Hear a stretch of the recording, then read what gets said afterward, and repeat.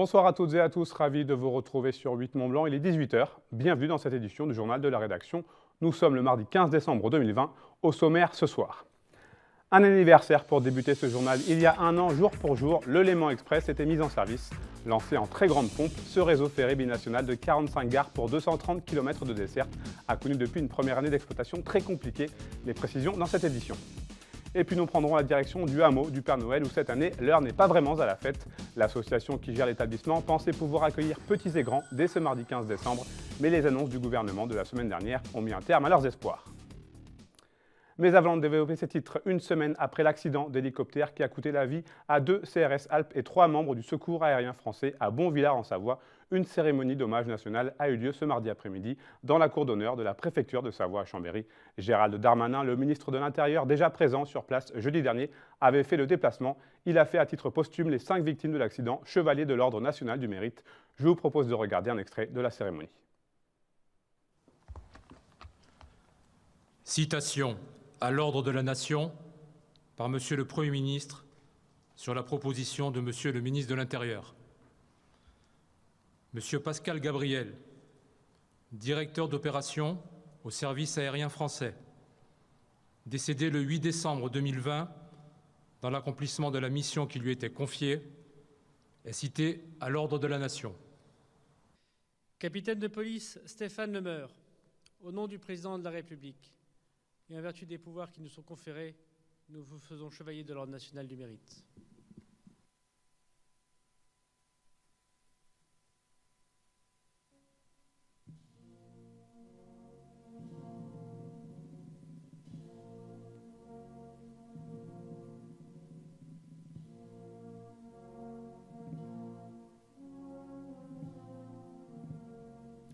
Et j'ajoute une cagnotte en ligne de soutien aux familles des victimes de cet accident a été lancée sur la plateforme Litchi.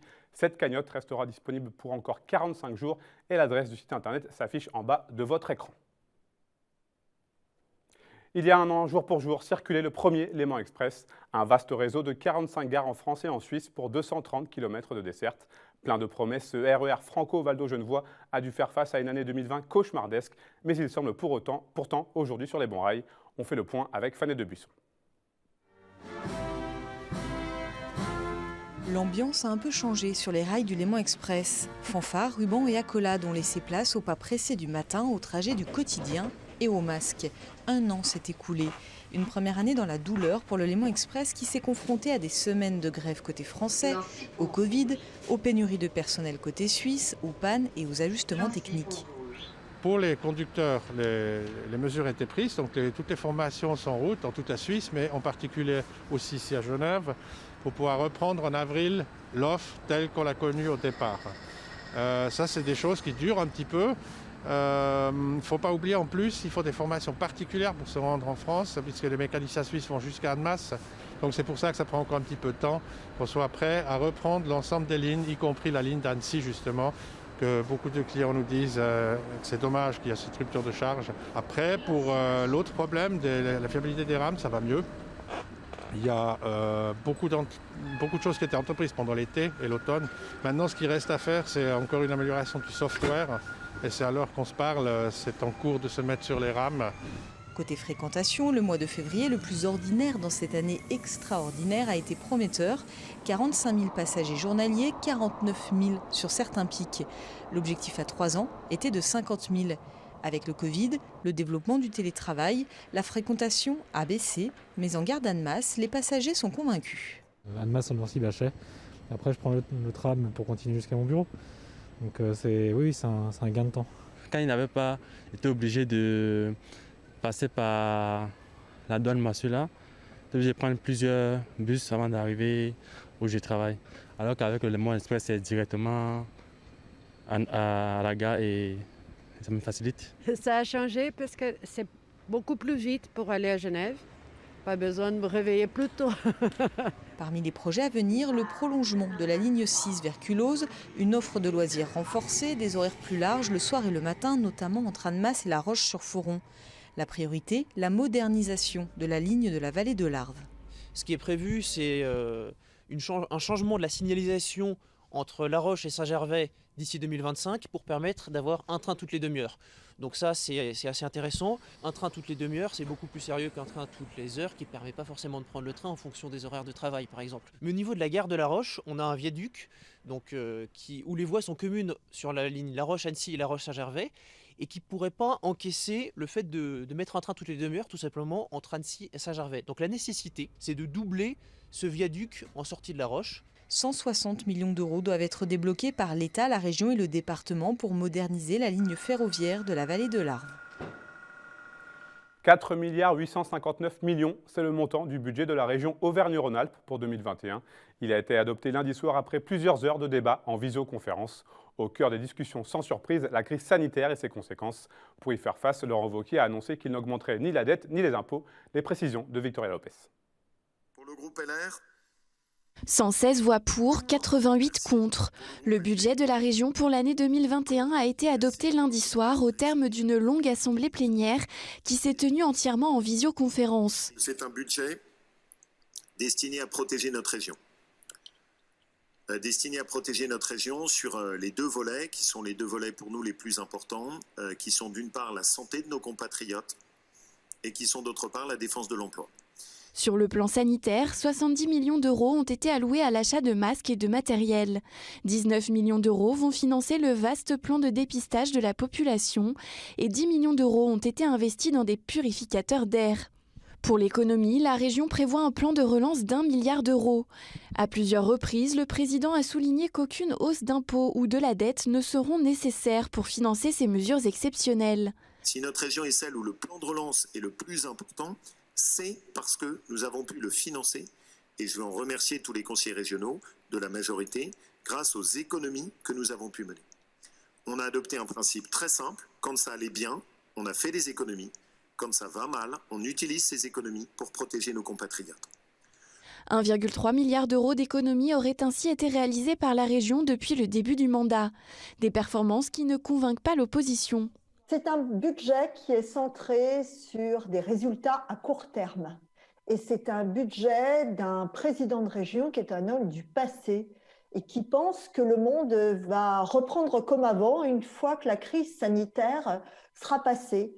Or, nous avons beaucoup d'emplois qui vont être supprimés, nous avons beaucoup de gens qui ont peur et qui ont besoin de retrouver confiance et l'espoir d'avoir un emploi pérenne en Auvergne-Rhône-Alpes, proche de chez eux. Et pour ça, nous devons massivement investir dans la transition écologique. Et ça, Laurent Wauquiez ne le fait pas. En matière d'action économique, en matière de tourisme, en matière d'aide aux entreprises, en matière d'agriculture, eh bien, les chiffres sont les mêmes.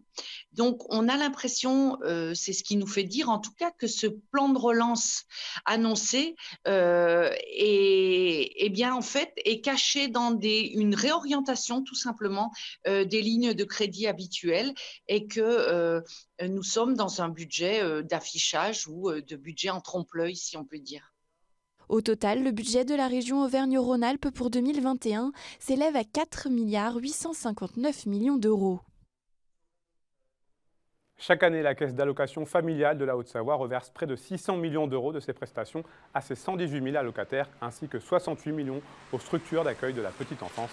En 2020, 28 millions d'euros ont été ajoutés pour faire face à la crise économique et sociale. Près de 30 000 familles ont pu bénéficier de ce coup de pouce exceptionnel grâce à la prime de rentrée scolaire, des chèques vacances ou encore la prime de Noël. Des aides ont été aussi versées pour compenser la baisse de fréquentation des crèches et des maisons d'assistantes maternelles. Pour la première fois, 200 000 euros ont également été débloqués à destination des associations caritatives. Un point presse était organisé ce mardi matin. On écoute des réactions recueillies sur place par Fanette de Buisson. Ce sont les familles et les personnes les plus précaires qui ont souffert le plus de cette situation, puisque souvent elles avaient des emplois précaires ou des jobs, des mini-jobs pour beaucoup d'entre eux. Le travail saisonnier également dans le département qui est très important. Donc toutes ces activités se sont quasiment arrêtées et beaucoup de personnes se sont retrouvées dans la précarité ou alors ont vu leurs revenus baisser de manière très importante. Plus 20% de bénéficiaires de RSA traités par la CAF depuis le mois de janvier. c'était, on va dire, pas connu pour un département comme la Haute-Savoie, qui est un des départements qui a le moins de minima sociaux par rapport aux autres départements. Donc cette crise, elle a été plus importante en Haute-Savoie parce que nous avions l'habitude aussi d'un tissu économique qui était très tonique. J'ajoute que la prime de Noël d'un montant de 152 € pour une personne isolée et 330 € pour un foyer de 4 personnes va être versée ce 15 décembre. 9500 familles sont concernées en Haute-Savoie. La CAF reste ouverte sur rendez-vous, en ligne ou par téléphone. On ouvre une page consacrée à la pandémie de coronavirus et ses conséquences à présent. Alors que la Haute-Savoie reste à ce jour le département de la région Aura avec le taux d'incidence le plus élevé, la décrue attendue semble pourtant se stabiliser. Au centre hospitalier Alpes-Léman à Contamine-sur-Arve, la situation est maîtrisée, même si le nombre de patients admis pour Covid-19 reste très important. Jean-Paul Crespi s'est rendu au sein de l'établissement au service médecine qui est toujours maintenu en état d'alerte. Reportage. Visite interdite sauf exception pour freiner la circulation du virus au sein de l'établissement de santé, sans rupture dans la permanence des soins, lourde déprogrammation de certaines activités dont la chirurgie permettant de mutualiser entre services tous les besoins matériels et humains. Le centre hospitalier Alpes-Léman est toujours sous tension, même si le taux de positivité poursuit une lente baisse dans le département. Avec 479 patients hospitalisés pour la Covid-19 depuis le début de la deuxième vague, le constat est sans appel et révèle de profondes différences en comparaison avec la première vague. La deuxième vague à laquelle nous avons fait face a été d'une intensité particulière. C'est plus de 80% de plus en termes d'impact au niveau des hospitalisations et au niveau de la mobilisation de l'établissement. Donc ça veut dire que les équipes hospitalières, les équipes médicales, les équipes soignantes, l'ensemble des métiers de l'hôpital ont été particulièrement mis à rude épreuve. Clairement, il faut avoir conscience que les soignants sont actuellement fatigués physiquement et émotionnellement, qu'ils espèrent de tout cœur pouvoir, dans les prochains jours, reprendre une activité un peu plus normale et gérer correctement le non-Covid. Toutes les pathologies chroniques comme les cancers, le diabète, l'insuffisance rénale et surtout la chirurgie qui a été lourdement déprogrammée. À ce jour, les patients en médecine sont toujours les plus nombreux avec de longues durées d'hospitalisation. Ils sont plus de 100 à être maintenus dans le service. Face à l'épidémie, les techniques médicales se sont améliorées et l'oxygénothérapie évite désormais l'admission en soins critiques de bon nombre de patients. Ce virus reste très difficile à gérer et très surprenant, avec des réactions parfois paradoxales qui continuent à surprendre les médecins. Après, on sait de mieux en mieux le gérer, fort heureusement. Et puis on a besoin aussi de tous, de l'effort encore de tous, parce que le seul moyen de limiter la propagation du virus et de limiter la hauteur de la troisième vague, c'est les gestes barrières, la distanciation physique. Je sais combien ça peut être compliqué en période de fête de fin d'année, mais c'est plus que jamais nécessaire. Ça serait vraiment dommage d'offrir le Covid à ses proches à Noël. L'afflux de patients a fortement malmené les services et les personnels hospitaliers du centre hospitalier Alpes-Léman. Si l'établissement a évité la rupture en novembre, il redoute en janvier de devoir se confronter à une troisième vague. Car le virus circule toujours. La décrue espérée s'est largement ralentie et le nombre des hospitalisations reste stable depuis le début du mois de décembre. Vous le savez, les remontées mécaniques seront donc fermées pour les fêtes de fin d'année et pour en venir au secours au secteur de la montagne, l'État a annoncé une aide de 400 millions d'euros.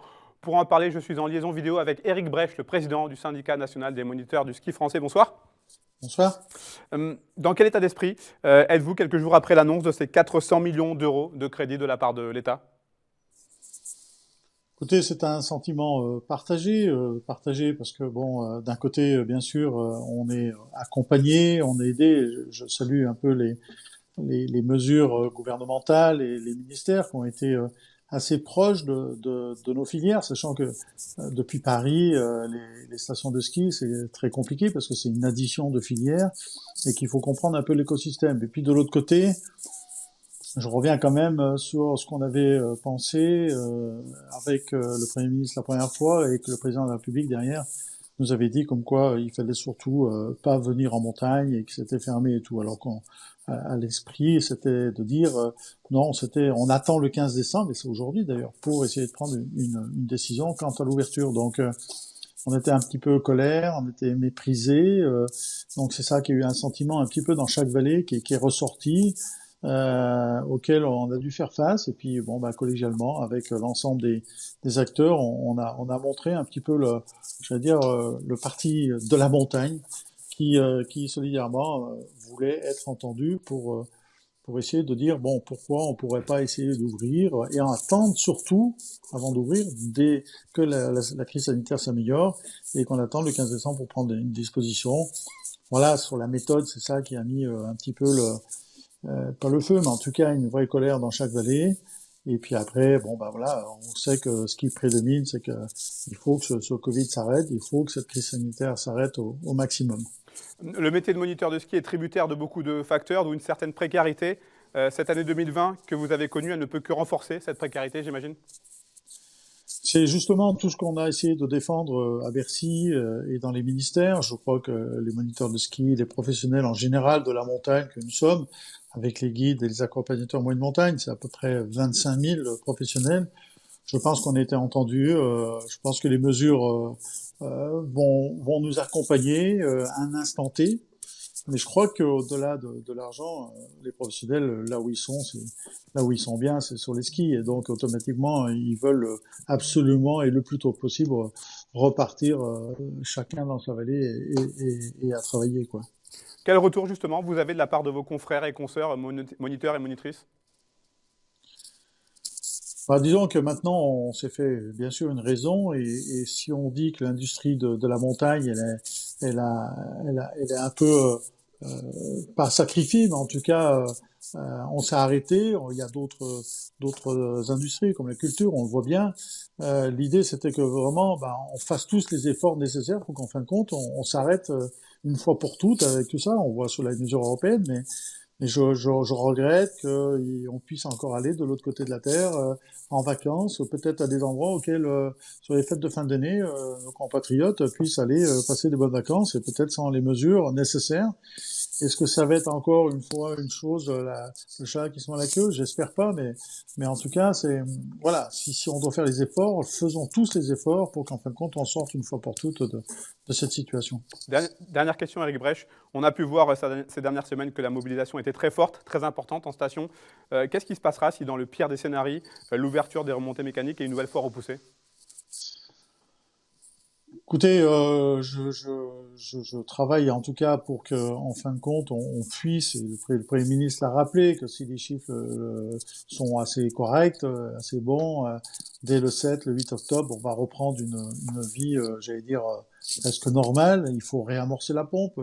Les vacances de février sont pas bonnes en termes de réservation, parce que tout le monde a besoin d'une lecture, et c'est vrai que tout le monde a un petit peu un doute pour savoir, oui ou non, ça va s'arrêter ou pas. Donc, vous avez vu, dans les pays voisins, il y a eu des mesures fortes. En France, on l'a fait. Je salue bien sûr les mesures aussi par rapport au 31. Écoutez, moi, je crois beaucoup, si les efforts sont faits, il n'y a pas de raison qu'on n'y retourne pas. Et au bout d'un moment, peut-être qu'il faudra aussi se poser la question de savoir si on ne doit pas vivre aussi avec ce virus, peut-être plus normalement. Je sais pas. En tout cas, je n'ose pas espérer qu'il y ait une troisième vague. Et puis, on va tout faire pour qu'en fin de compte, tout le monde, collégialement, se sorte de cette situation. Merci beaucoup, Éric Brèche. Bon courage pour la suite. Merci. Merci bien. Ce mardi, dans de nombreuses villes de France, des mobilisations étaient organisées afin de demander la réouverture des établissements d'enseignement artistique et des lieux de spectacle. À Chambéry, la manifestation a été interdite par le préfet en raison de la venue du ministre de l'Intérieur. Qu'à cela ne tienne, les conservatoires ont pu rouvrir ce mardi matin. Une annonce rendue publique par Roselyne Bachelot, ministre de la Culture, via un tweet posté ce lundi soir. Mais si cette déclaration était très attendue, nombreux sont ceux qui regrettent la forme et le manque de temps pour mettre en œuvre cette réouverture. On écoute Jean-Marc Toyon, professeur de piano au Conservatoire de Chambéry et représentant en Savoie du syndicat national des musiciens de Force ouvrière. Il répond à Emmanuel Jaude. On a vu passer un tweet de Roselyne Bachelot, ministre de la Culture, à 19h30 hier, nous annonçant la réouverture des conservatoires aujourd'hui. Et puis un décret qui a été publié à 20h et qui est arrivé dans la nuit donc, qui nous dit qu'à partir d'aujourd'hui, on est censé accueillir les élèves dans des conditions très compliquées mais différentes, sachant qu'on doit s'organiser du jour pour le jour même. Alors c'est assez compliqué, si on a bien compris, mais ça risque de changer encore, on accueillerait tous les 3e cycles comme les semaines précédentes, mais également les 1er et 2e cycles à condition qu'ils soient adultes et qu'ils ne pratiquent pas le chant lyrique. C'est-à-dire que si vous chantez de la salsa, vous avez le droit de venir. Si vous chantez Carmen, vous n'avez pas le droit. Je me mets à la place d'un maire qui reçoit ce genre de décret, d'un directeur de l'équipe de direction du conservatoire qui est obligé de tout réorganiser pour le jour même, les salles, les jauges, les circulations, la formation aux élèves, aux parents. C'est pour des millions de Français dans toute la France, cette situation elle est assez incompréhensible. Même si on est effectivement très content de pouvoir accueillir à nouveau un maximum d'élèves, parce que ça fait longtemps qu'on le demande. Vous savez que beaucoup d'organisations syndicales ont organisé des manifestations dans toute la France aujourd'hui pour l'ouverture des conservatoires et des lieux de spectacle. On a été entendu sur les conservatoires, hélas pas encore sur les salles de spectacle. Pas de Noël au hameau du Père Noël cette année. L'association du Petit Pays pensait pouvoir ouvrir ses portes au 15 décembre après une saison difficile. Mais les dernières annonces du Premier ministre et les mauvais chiffres sanitaires l'ont contrainte à baisser le rideau pour les fêtes. C'est un reportage de Marine Schneider. Il était prêt à rouvrir ses portes le 15 décembre et finalement il n'en est rien. Le hameau du Père Noël est privé de ses fêtes de Noël cette année. Un nouveau coup dur pour l'association du Petit Pays qui est contrainte d'annuler toutes ses manifestations. C'est dur pour les bénévoles, c'est dur pour les salariés, c'est dur pour tout le travail qui a été fait en amont parce qu'on ne savait pas trop quand on allait ouvrir, on nous donne des dates, on savait que c'était sous des conditions, il a fallu réorganiser, on a réorganisé, on voulait ouvrir par heure avec des contingents, on a modifié les contingents plusieurs nuits, donc ce qui est difficile c'est de travailler énormément avec aucune clarté et de ne pas savoir vraiment du tout où on va et de travailler quelque part 3 fois plus que normal pour rien au bout. Alors pour cette année 2020, les enfants sages ne pourront pas aller déposer leurs sucettes au grenier des Tototes, ni se promener dans les allées féeriques du hameau. Donc vous voyez, c'est l'habitude ici que les enfants amènent, donnent leurs tototes ou les posent avec le marchand de sable, suivant la grandeur de l'enfant. Les pose, et après le marchand de sable, dans la soirée ou dans la journée, quand il a un moment, il les pose sur ce sapin. Et on peut se rendre compte que ce sapin, il est vidé chaque année le 1er janvier. On voit qu'il a très peu de tototes par rapport à l'année, même si cet été, parce que cet été, on n'a pas pu être ouvert non plus. Donc il y a très peu de tototes, alors que d'habitude, à cette époque, le sapin, je dirais même qu'il croule, qu'il s'écrase de tototes. Ça plaît énormément aux enfants. Mick Jagger, Toutankhamon, oui, il avait une totote, Toutankhamon, on peut la voir avec son sarcophage. Hein, la totote de l'homme invisible, Napoléon. On a pu récupérer vraiment des tototes de... Une qui plaît beaucoup aux jeunes filles, c'est Kim Kardashian. Voilà, elle a sa totote, on a eu la chance de pouvoir récupérer la totote. C'est tout un folklore qui s'éteint avec la crise sanitaire. La partie musée est fermée jusqu'à nouvel ordre, mais la boutique du Père Noël, elle, reste ouverte. Elle est 3 fois plus grande, puisque pour ceux qui connaissent, toute la crêperie qui fait quasiment 300 mètres carrés, plus de 300 mètres carrés, est toute transformée en boutique Père Noël, qui est transformée aussi en boutique médiévale et est transformée un peu en boutique Parc des Épouvantails. C'est pas le hameau qu'ils ont connu, mais c'est vrai que c'est important de se dire, déjà ils nous soutiennent en venant, ils peuvent trouver des choses qu'ils trouveront pas dans les autres magasins, puis c'est une manière avec leurs enfants de passer un petit moment, de voir les bâtiments, de voir un peu ce qui se passe. Un moindre mal pour le Petit Pays qui reçoit près de 170 000 visiteurs à cette période. Avec l'annulation des médiévales et la fermeture du hameau en 2020, l'association essuie une perte de 2 millions d'euros. Elle se dit prête à vendre une partie de leurs décorations pour subvenir à ses besoins. Il y a des discussions avec les banques, il y a des discussions avec les bénévoles, il y a des personnes qui m'ont proposé de prêter de l'argent à l'association qu'on leur rendra dans une année. On va dans tous les sens. On va peut-être certainement vendre des voitures, on regarde pour vendre une partie du matériel. Dans les boutiques, on se pose la question de vendre une partie de notre décoration qui est quand même spécifique, puisqu'on va en acheter dans toute l'Europe et même un peu plus loin. Donc on se dit, est-ce qu'on vend des décorations que les gens n'auraient pas pu acheter ailleurs, parce qu'elles sont vraiment très très uniques. On se pose toutes les questions et pour l'instant, on progresse. Le hameau espère que le Père Noël passera avec quelques jours de retard le 7 janvier afin de lui souhaiter le meilleur pour 2021. Et j'ajoute que pour aider l'association du Petit Pays, vous pouvez encore leur envoyer des dons sur sa cagnotte en ligne lancée au mois de novembre. Pour éviter des flux de véhicules trop importants au Semnozo sur le plateau des Glières, le Grand Annecy a décidé de mettre en place des navettes à compter du 16 décembre. Le Semnoz sera desservi par 3 lignes, 2 en partance d'Annecy et une autre depuis Duin. Concernant le domaine des Glières, une navette effectuera les allers-retours entre Annecy et le plateau et une autre assurera la desserte entre Torrent-Glières et le plateau des Glières. Ces navettes seront gratuites tous les week-ends du mois de décembre. C'est la fin de cette édition. Merci à vous pour votre fidélité à l'information sur 8 Mont-Blanc. On se quitte avec des images des courageux surfeurs d'eau douce qui se sont jetés dans une eau à 9 degrés pour la toute première fois dans le Tuyau à Crangevrier pour surfer une vague brevetée par Hydrostadium. Après la météo de Thierry Paul, vous avez rendez-vous avec Emmanuel Jaude pour le 2e épisode de Panorama consacré cette semaine au ski de fond et ça se passe au Saisy. Passez une très belle soirée, prenez soin de vous. Je vous retrouve avec grand plaisir mercredi pour un nouveau JT.